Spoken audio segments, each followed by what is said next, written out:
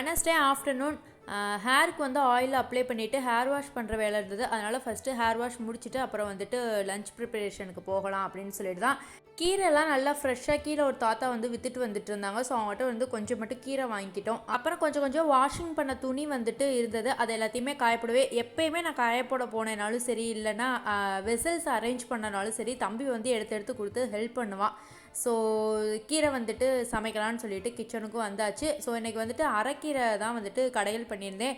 அரைக்கீரைக்கு வந்து துவரம் பருப்பு போட்டுட்டு அது கூட கீரை வந்து நல்லா கழுவிட்டு சேர்த்துக்கோங்க. வெங்காயம், பச்சை மிளகாய், மஞ்சள் தூள், தக்காளி, சீரகம் இதெல்லாமே சேர்த்துட்டு ஒரு 2 விசில் போல் வச்சிங்கன்னா நல்லா குழஞ்சி வந்துடும். மீன்வயல் சாப்பாடும் நல்லா வெந்துருச்சு, அதை வடிக்க வச்சாச்சு. ஸோ இந்த மாதிரி வெந்து வந்த உடனே அதை நல்லா கடைஞ்சிக்கோங்க. கடைஞ்சிக்கிட்டிங்கன்னா அப்படியே சூப்பர்பான ஒரு கீரை கடையில் வந்துட்டு இதாயிடும். லாஸ்ட்டில் வந்து உப்பு சேர்த்துக்கோங்க. ஃபஸ்ட்டே உப்பு சேர்க்க வேணாம்.